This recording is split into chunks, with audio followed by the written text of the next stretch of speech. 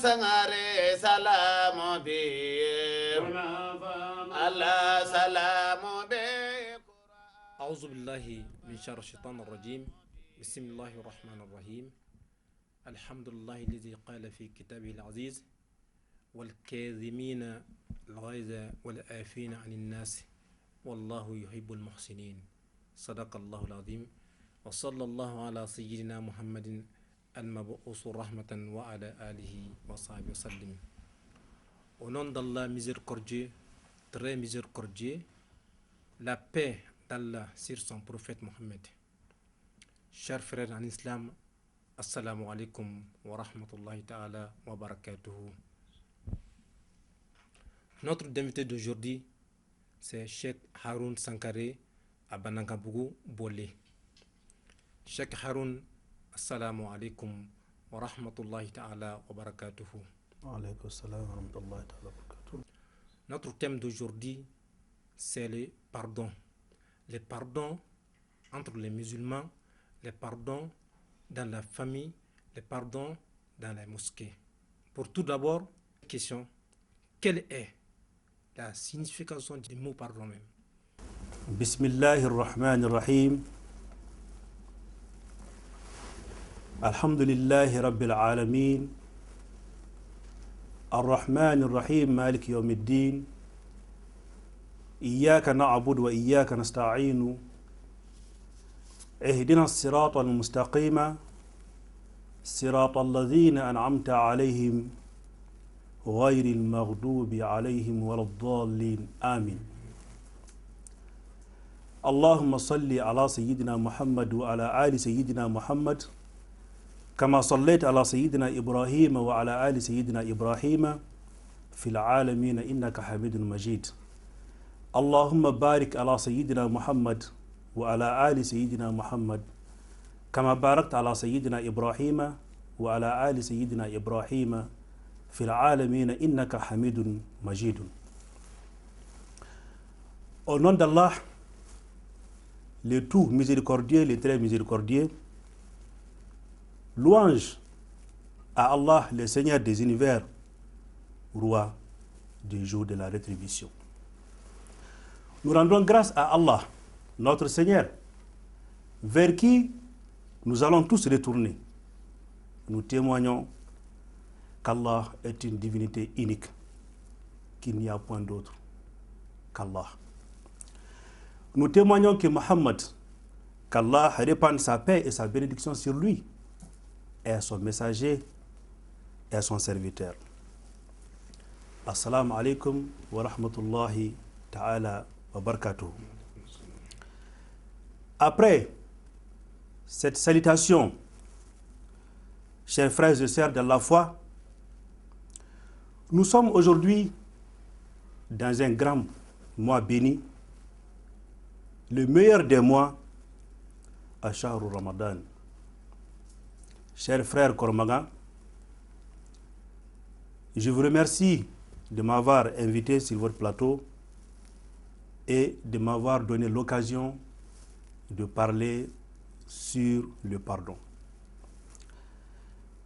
Allah subhanahu wa ta'ala dit dans le Saint-Coran: وَمَا خَلَقْنَا السَّمَاوَاتِ وَالْأَرْضَ وَمَا بَيْنَهُمَا إِلَّا بِالْحَقِّ وَإِنَّ السَّاعَةَ لَآتِيَةٌ فَاصْفَحِ الصَّفْحَ الْجَمِيلَ. صدق الله العظيم. Allah subhanahu wa ta'ala nous dit dans le Saint-Coran al-Karim: nous n'avons créé les cieux et la terre et ce qui est entre eux pour une juste raison. Et l'heure, sans aucun doute, arrivera. Pardonne donc d'un beau pardon. Koromagan, si nous prenons ces versets, Allah subhanahu wa ta'ala nous demande de pardonner d'un beau pardon. Le pardon, ce n'est pas par la bouche qu'on pardonne à son prochain, mais par le cœur. Allah subhanahu wa ta'ala nous dit: Inna Allah alimun bizati sudur. Dieu est connaisseur de ce qui est dans vos cœurs. En pardonnant à quelqu'un, c'est vraiment pour dégager un mal qui est couché dans son cœur. Et quiconque pardonne, Allah le pardonnera et Inch'Allah sera parmi les gens qui rentreront dans le paradis éternel. Puisque nous sommes dans ces grands mois bénis, Allah subhanahu wa ta'ala nous dit Ya ayyuhalladhina amanu kutiba alaykum siyamun kama kutiba ala alladhina min qablikum la'allakum tattaqun. Sadaqallahu al-azim. Allah subhanahu wa ta'ala nous dit dans le Saint-Coran, ô vous les croyants, le jeûne vous est prescrit comme il a été prescrit aux peuples qui vous ont précédés pour que vous craigniez. Fin de citation. Koromagan, vous voyez, Allah subhanahu wa ta'ala nous dit que le jeûne nous a été prescrit pour que nous craignions Allah subhanahu wa ta'ala. Et, chers frères et sœurs de la foi, le pardon et la tolérance font partie de la crainte d'Allah subhanahu wa ta'ala. Quelqu'un t'a fait du mal, pardonne-le. Quelqu'un a voulu te créer des problèmes, pardonne-le. Alaysa Allah bi ahkamil hakimin. N'est-ce pas Dieu est le juge des juges? Mettons tout dans les mains de notre Créateur, c'est lui qui sait ce qui est juste. Donc, Koromagan, toujours, on ne peut pas parler du pardon sans parler de l'exemple que le prophète alayhi salatu wassalam nous a laissé. Parce que Dieu, Allah subhanahu wa ta'ala, lui-même nous dit wa ma atakumur rasoul fakhuzuhu wa ma nahakum anhu fantahu. Et Allah, le Très-Haut, nous dit donc, prenez l'exemple que le messager d'Allah vous donne et ce qu'il vous interdit, abstenez-vous-en et craignez Allah, car Allah est dur en punition. Donc, l'épouse du prophète Muhammad sallallahu alayhi wa sallam, qui est Aïcha radiyallahu anha, Aïcha a rapporté que le messager d'Allah subhanahu wa ta'ala ne se vengeait jamais. Le messager d'Allah subhanahu wa ta'ala ne répondait jamais le mal par le mal. Donc, en prenant cet exemple du prophète Muhammad sallallahu alayhi wa sallam, nous devons apprendre à pardonner. Dans le pardon, il y a tout le bonheur de la vie d'ici-bas et dans l'au-delà. Donc, toujours en parlant du pardon, le prophète Muhammad sallallahu alayhi wa sallam, au début de sa mission, il a entrepris un voyage sur Taïf. Taïf est une ville située entre les montagnes près de la Mecque. Le prophète alayhi salatu wa salam, lorsqu'il est arrivé à Taïf, les leaders de Taïf, cependant, se montrèrent impolis et discourtois envers le prophète alayhi salatu wa salam. Ils poussèrent même certaines bandes de la ville à lui harceler, lui criant des insultes, allant même jusqu'à lui jeter des pierres, jusqu'à ce que ses pieds soient blessés et ensanglantés. Le prophète alayhi salatu wa salam a trop souffert à Taïf. Ils l'ont insulté, ils l'ont jeté des pierres, ils l'ont chassé, jusqu'à ce que le prophète Muhammad alayhi salatu wa salam a cherché refuge auprès d'un verger. Et étant à ce niveau, il s'est retiré, le sang coulait de son corps et il implora donc son Seigneur qui est Allah subhanahu wa ta'ala en ces termes. Le prophète dit: oh Allah, à toi je me plains de ma faiblesse, de mon manque de ressources et de mon humiliation envers ces gens-là. Tu es le plus miséricordieux, le Seigneur des faibles, mon maître. À qui me confieras-tu? À un étranger mal intentionné ou à un ennemi qui aura le dessus sur moi? Si tu ne m'attribues aucun mérite, peu m'importe. Allahu Akbar. Car ton bienfait, toi Allah, est très grand sur moi. Je cherche donc refuge dans la lumière de ton visage, par laquelle l'obscurité se dissipe et par laquelle chaque affaire de ce monde et de l'au-delà est dirigée. De crainte que ta colère descende sur moi ou que ton déplaisir s'abatte sur moi. Je n'ai besoin que de ta satisfaction, car toi seul fais en sorte que je fasse le bien et que j'évite le mal. Il n'y a de force et de puissance qu'en toi, ô Allah. Fin de citation. Voilà la prière que le prophète Mohammed sallallahu alayhi wa sallam a formulée en tendant ses mains à Allah subhanahu wa ta'ala lorsqu'il a été insulté. Ils ont fait sortir des bandes des enfants pour lui lancer des pierres. Pendant que le sang coulait de son corps, voilà ce qu'il a demandé à Allah subhanahu wa ta'ala. Allahu Akbar. Le messager à cause de qui le ciel et la terre est créé. Le messager qui n'a jamais fait du mal à Dieu. Le messager dont même ses ennemis l'appelaient Mohammed al-Amin. Hein? Mohammed le confiant. Et donc, ces messagers-là, voilà ce qu'il a subi avec ces malfaiteurs de Taïf. Alors, lorsqu'il a imploré Allah, Allah lui envoya immédiatement l'ange des montagnes. Et l'ange des montagnes a demandé la permission de joindre les deux montagnes. Parce que Allah était très en colère. Son messager a été vraiment torturé. Alors Allah a envoyé l'ange des montagnes. Et l'ange des montagnes est venu en colère. Et l'ange des montagnes a demandé la permission de joindre les deux montagnes sur Taïf. Parce que Taïf est situé entre deux montagnes. Le prophète Mohammed sallallahu alayhi wa sallam a entendu cela de la part de l'ange des montagnes. Et lorsqu'il a entendu cela, il sait que si les deux montagnes se joignent sur Taïf, Taïf n'existera plus et les habitants de Taïf disparaîtront, ils n'existeront plus. Allahu Akbar.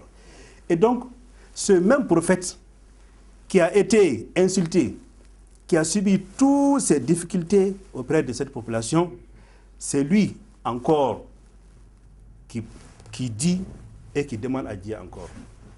Le prophète dit, Ya Allah, je leur pardonne. Je leur pardonne et je demande à toi, Allah, de leur pardonner.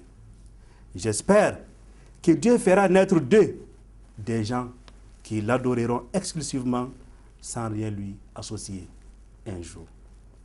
Vous voyez, Koromaga, aujourd'hui, la vie dans laquelle nous sommes, il suffit tout simplement que quelqu'un se trompe même en se frottant de toi, et là, soit c'est une convocation à la police, soit c'est pour, en tout cas, une troisième guerre mondiale. Le pardon est la solution de toutes choses. Tout ce que les êtres humains sont en train de subir aujourd'hui, Wallahi Koromagan, si nous avions pris l'exemple sur ces grands prophètes, il n'y aurait pas eu tout ça. Donc le pardon, imaginez, quelqu'un qui a subi tout ça. Aujourd'hui, dans ce monde, tu entends même des gens dans la rue dire que est-ce que tu me connais? Tu connais, je suis le fils de tel, je suis le frère de tel, ou je suis le parent de tel. Cela veut dire quoi? Si tu me fais du mal, ou si tu ne fais pas attention, tout de suite je vais appeler mon frère, il va t'amener quelque part où on va te frapper, ou on va t'enfermer. Ce n'est pas ça, il faut pardonner. Quand on pardonne, Allah te pardonne. Et le pardon d'Allah est meilleur que toute chose. Chers frères et sœurs de la foi, prenons toujours l'exemple de ces grands prophètes à cause de qui nous tous, nous existons. Abdullah ibn Ubay était aussi l'un des grands hypocrites de Médine. Un des plus grands opposants, de l'islam. Il était toujours mêlé à des complots contre le prophète Mohammed sallallahu alayhi wa sallam et contre l'islam. Mais Koromaga, Abdullah ibn Ubay, quand il est mort, le prophète alayhi salatu wa sallam a prié sur lui. Oui, parce qu'il a pardonné. Il a pardonné malgré tout ça. Et je vous dis, c'est lui-même, Abdullah ibn Ubay, lors de la bataille de Uhud, en plein combat, Abdullah ibn Ubay a retiré 300 de ses partisans lors de la guerre sainte de Uhud. Et vous voyez, c'est ce même Abdullah ibn Ubay qui a incité ses alliés à accuser faussement l'épouse du prophète Mohammed sallallahu alayhi wa sallam, Aïcha radhiyallahu anha, d'adultère. Wallahi, Abdullah ibn Ubay était vraiment un ennemi au prophète Mohammed sallallahu alayhi wa sallam. Il avait incité ses alliés à accuser cette mère de l'islam, cette grande femme pieuse, épouse du prophète alayhi salatu wa salam. Il a incité en tout cas ses alliés donc à accuser faussement l'épouse du prophète Mohammed sallallahu alayhi wa sallam d'adultère afin de les discréditer. Afin de les discréditer. Mais malgré tout ce que Abdullah ibn Ubay a fait sur le prophète Mohammed alayhi salatu wa salam, lorsque Abdullah ibn Ubay est décédé, le prophète alayhi salatu wa salam, il est venu, il s'est levé debout sur le corps d'Abdullah ibn Ubay, il a prié sur lui et sur sa tombe. Mais vous voyez, le prophète alayhi salatu wa salam, le pardon, c'était un homme vraiment d'exemple.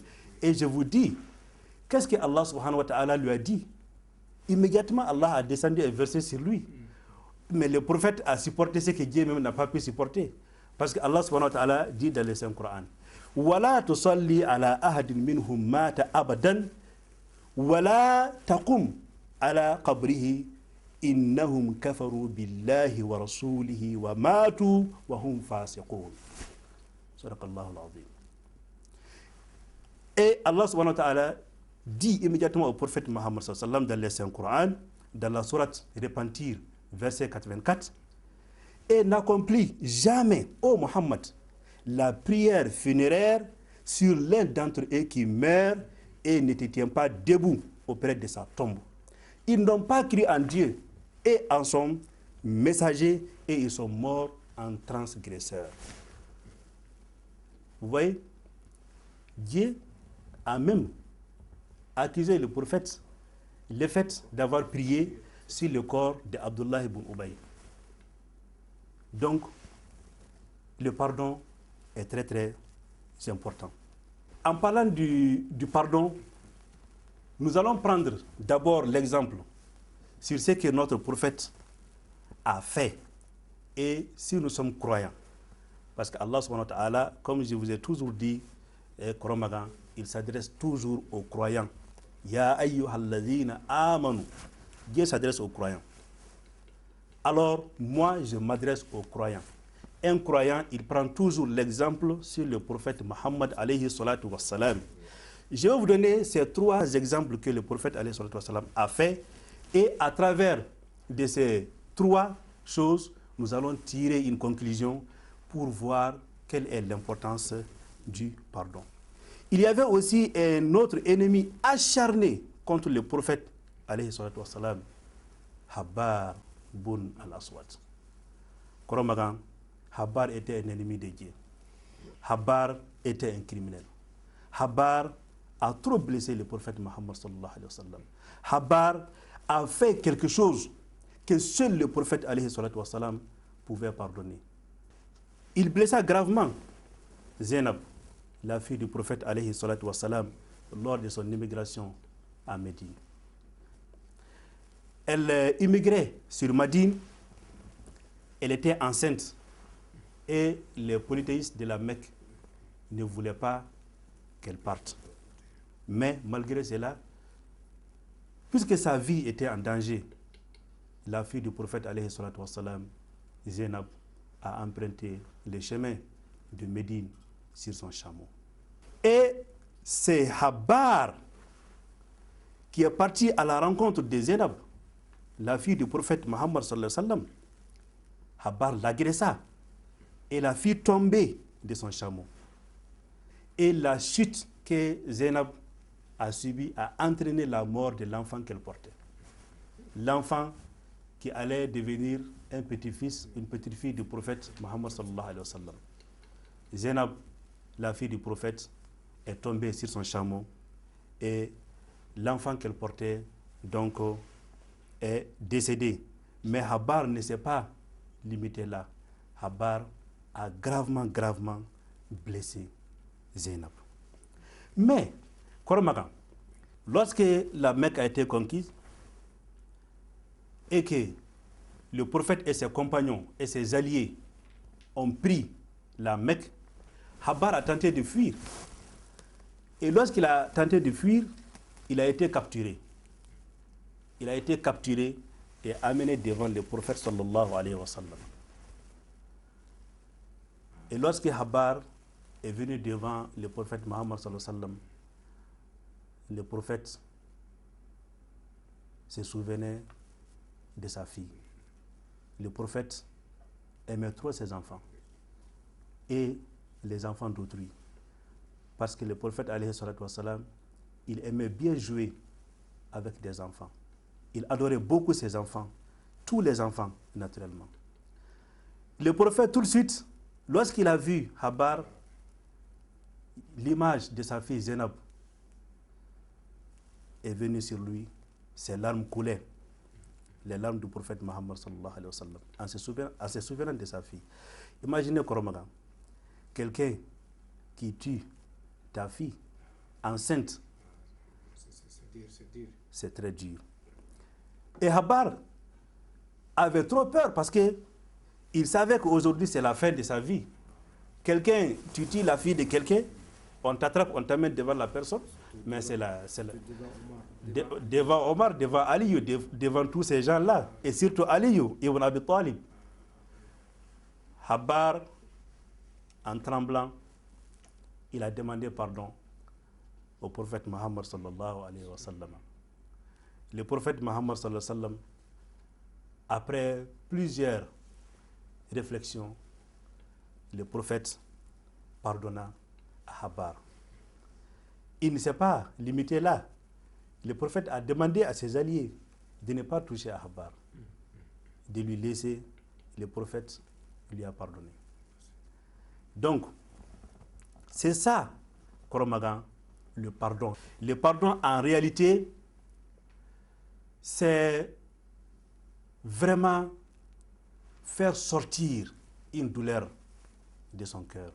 Koromagan, quand quelqu'un te fait du mal et que tu gardes cette rancune, à chaque fois que tu lui vois, ou à chaque fois que tu entends parler de lui, ou à chaque fois que tu penses à lui, ton cœur, tu t'énerves. Mais quand tu pardonnes à quelqu'un, si tu le vois, tu es joyeux. Si tu penses à lui, tu es joyeux. Ça dit, tu es fier toi-même de pardonner. Et aujourd'hui, nous sommes dans un monde où nous sommes en train d'oublier d'Allah subhanahu wa ta'ala.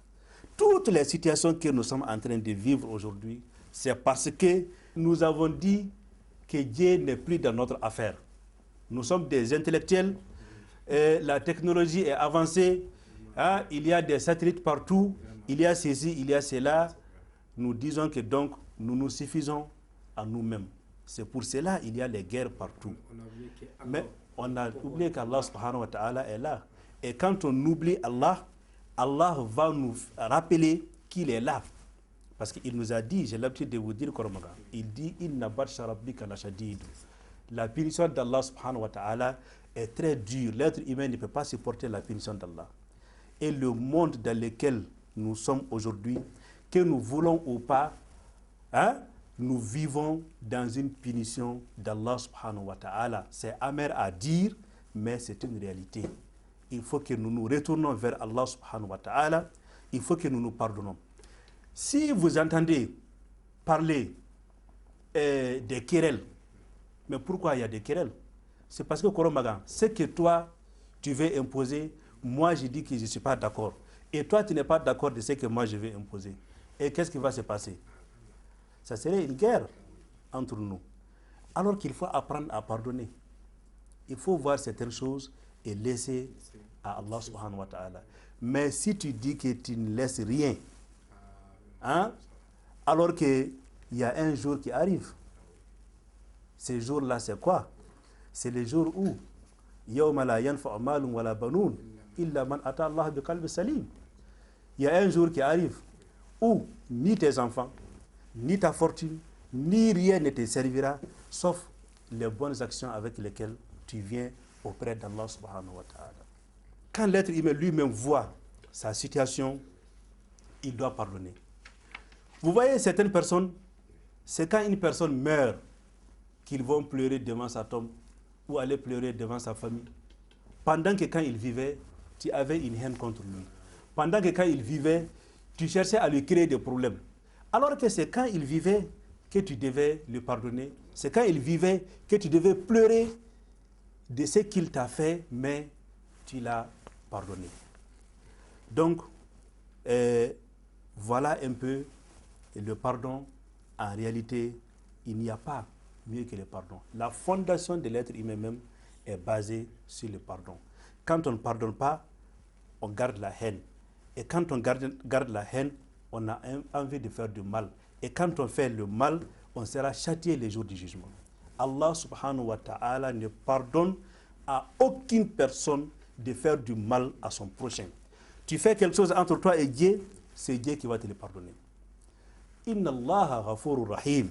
Dieu est un grand pardonneur, Dieu est un grand miséricordieux. Koromagan, tout ce que tu feras entre toi et Allah subhanahu wa ta'ala, si tu as les kalimatul shahada qui est la ilaha illallah Muhammad Rasulullah sallallahu alayhi wa sallam, tu jeûnes, tu pries, tu fais le psaume, tu respectes les 5 piliers de l'islam, il ne faut pas désespérer. En tout cas, la miséricorde d'Allah subhanahu wa ta'ala les jours du jugement.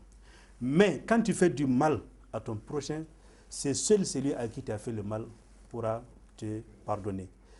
Je vais finir avec un exemple que le prophète Mohammed sallallahu alayhi wa sallam avait vécu. Parce que le pardon, ce n'est pas seulement entre un individu et un individu. Il y a le pardon dans la famille. Il y a le pardon dans un pays. Il y a le pardon dans un village. Il y a le pardon partout. Donc, le prophète Mohammed sallallahu alayhi wa sallam, il habitait avec un juif. Il était voisin avec un juif. Et donc, le juif a dit ouvertement au prophète Mohammed sallallahu alayhi wa sallam que Mohammed, je ne t'aime pas. Je ne t'aime pas, je ne veux pas te voir. Sincèrement, je m'en fous de ta religion et tout ce que tu fais. Les juifs ne s'est pas limité à là. Chaque matin, les juifs prenaient tous ces ordures, les déchets, et ils versaient, ils déposaient devant la porte du prophète Mohammed sallallahu alayhi wa sallam. Et lui, parfois même quand il sortait, le prophète lui-même, il prenait les déchets là pour aller jeter. Et il a demandé à sa famille que personne ne se plaint.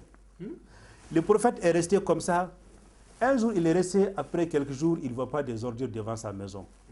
Alors, il a demandé. Il dit, mais je suis étonné, je ne vois plus des ordures devant ma maison. Et là, ils lui ont dit, ah, Muhammad Rasulullah sallallahu alayhi wa sallam, nous allons t'informer une bonne nouvelle. Ton voisin qui fait cela, il est gravement malade, il est entre la vie et la mort. Ah, le prophète Muhammad sallallahu alayhi wa sallam, il les a dit, on ne doit pas se réjouir du malheur d'un être humain.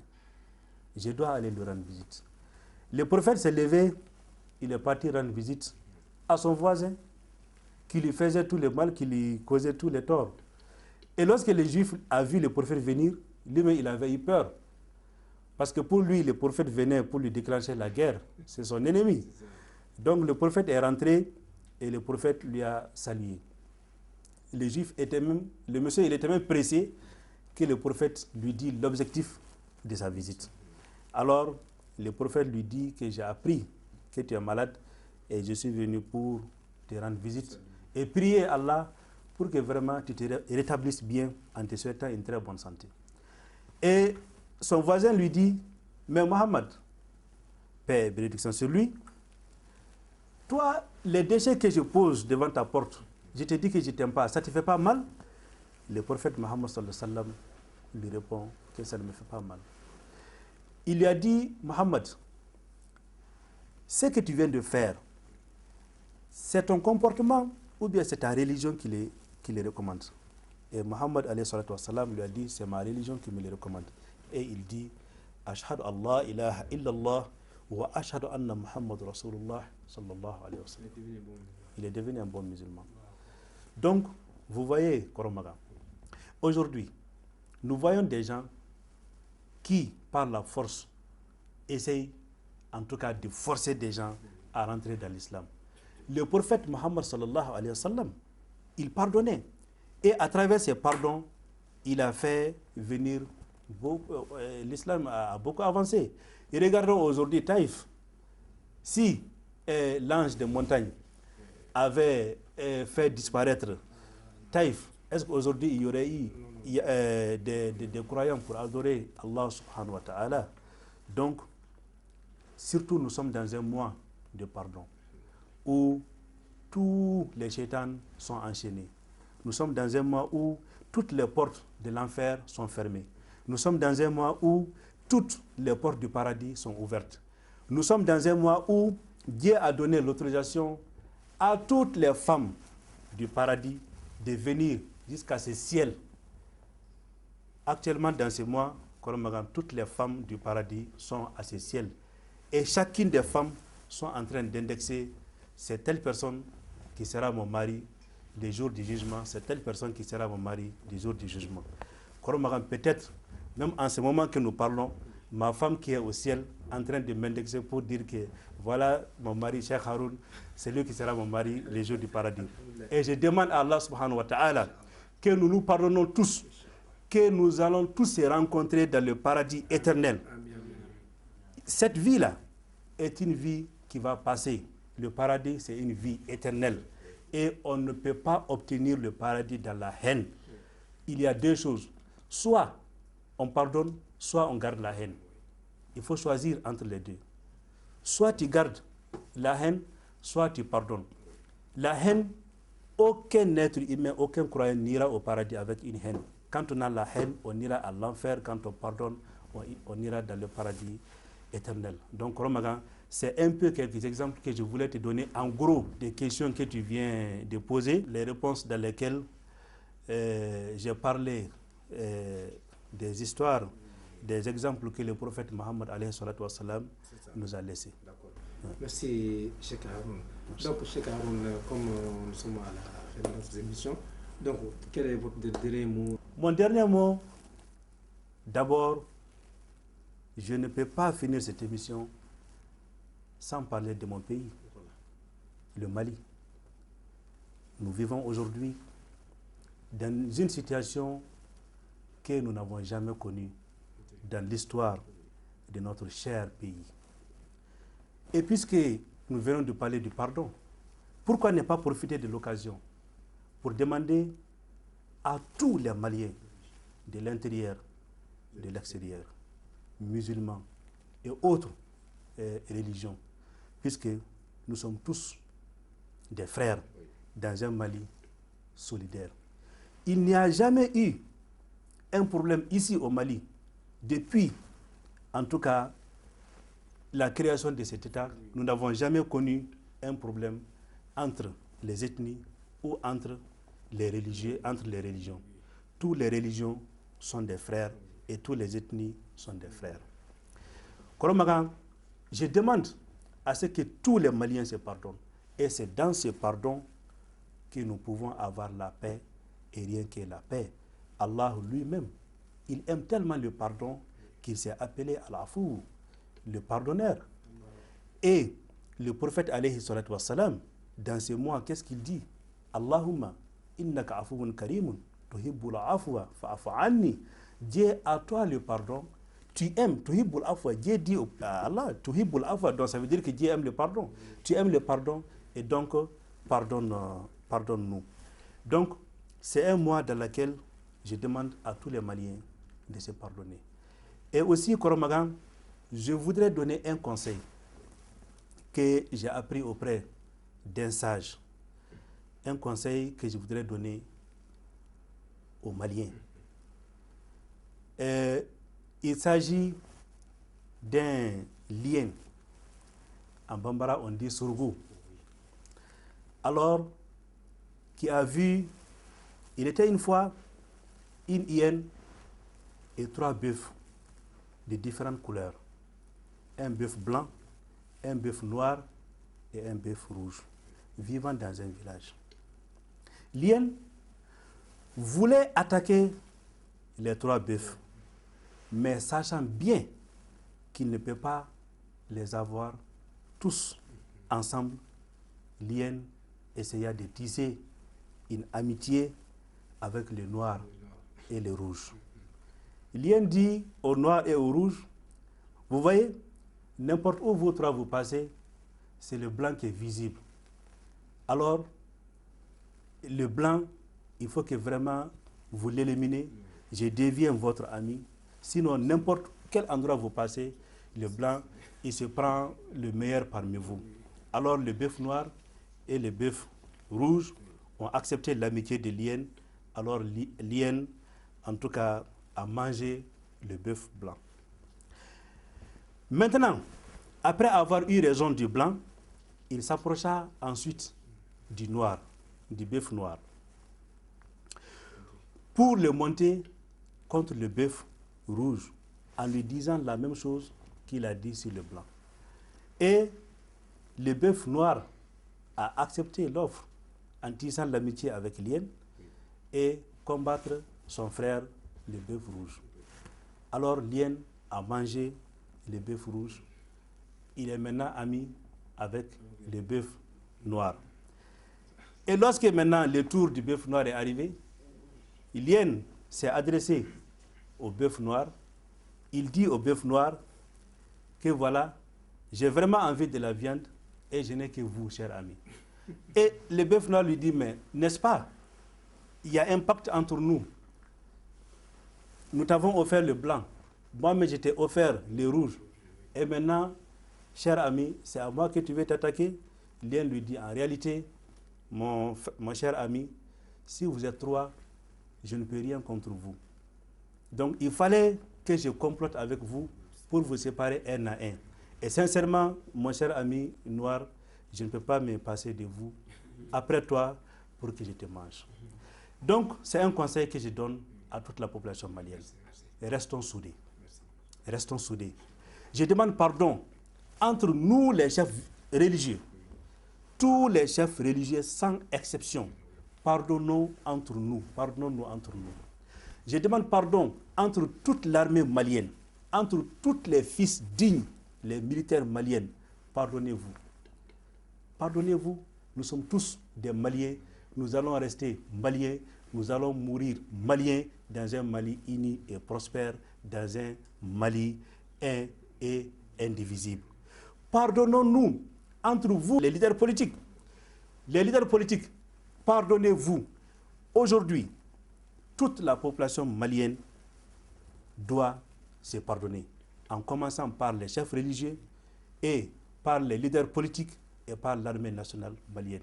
Si nous nous pardonnons, Allah subhanahu wa ta'ala va mettre la paix dans nos cœurs. Et quand on a la paix dans nos cœurs, nous allons tous avoir la paix dans ces grands pays. Et ma dernière intervention sera de prier pour le Mali et de lancer un appel à toute la population malienne, hommes et femmes, tout le monde sans exception, de prier pour notre pays.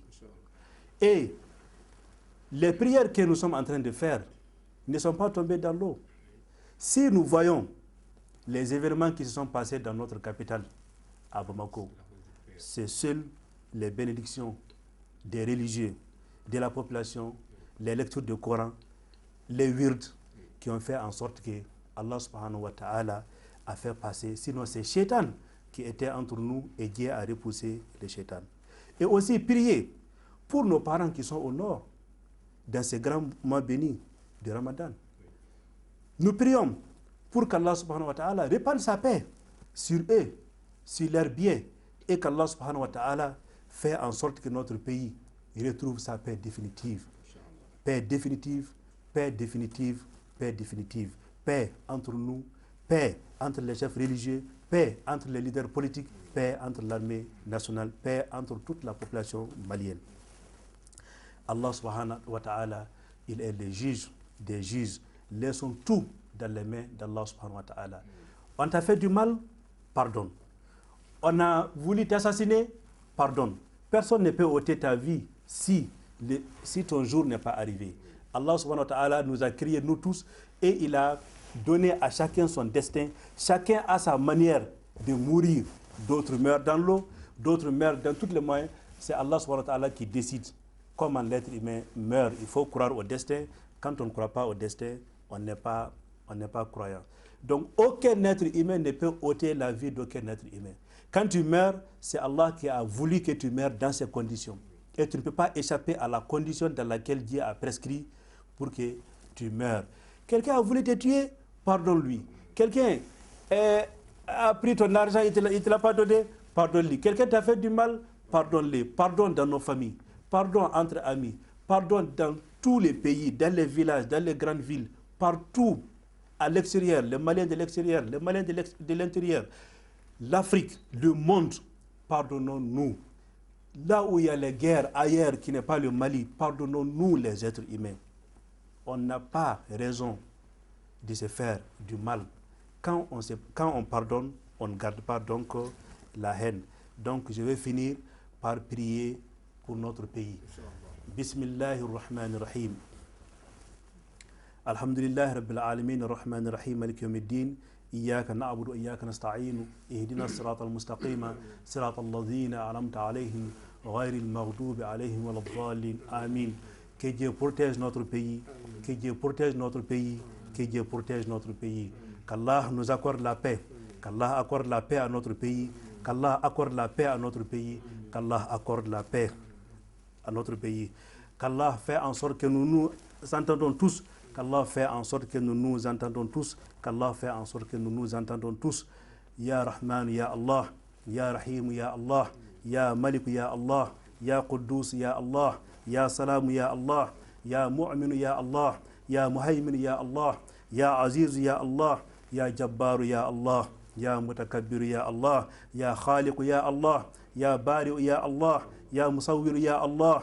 Ya Ghaffar, Ya Allah. يا قهار يا الله يا وهاب يا الله يا رزاق يا الله يا فتاح يا الله يا عليم يا الله يا قابض يا الله يا باسط يا الله يا خافض يا الله يا رافع يا الله يا معز يا الله يا مذل يا الله يا ذا الجلال والإكرام يا حي يا قيوم يا سبحان الذي له الملك وله الحمد يحيي ويميت وهو على كل شيء قدير ربنا إننا سمعنا مناديا ينادي للإيمان أن آمنوا بربكم فآمنا ربنا فاغفر لنا ذنوبنا وكفر عنا سيئاتنا وتوفنا مع الأبرار ربنا اغفر لنا ولإخواننا الذين سبقونا بالإيمان ولا تجعل في قلوبنا غلا للذين آمنوا ربنا إنك رؤوف رحيم ربنا عليك توكلنا وإليك أنبنا وإليك المصير ربنا آتنا في الدنيا حسنة وفي الآخرة حسنة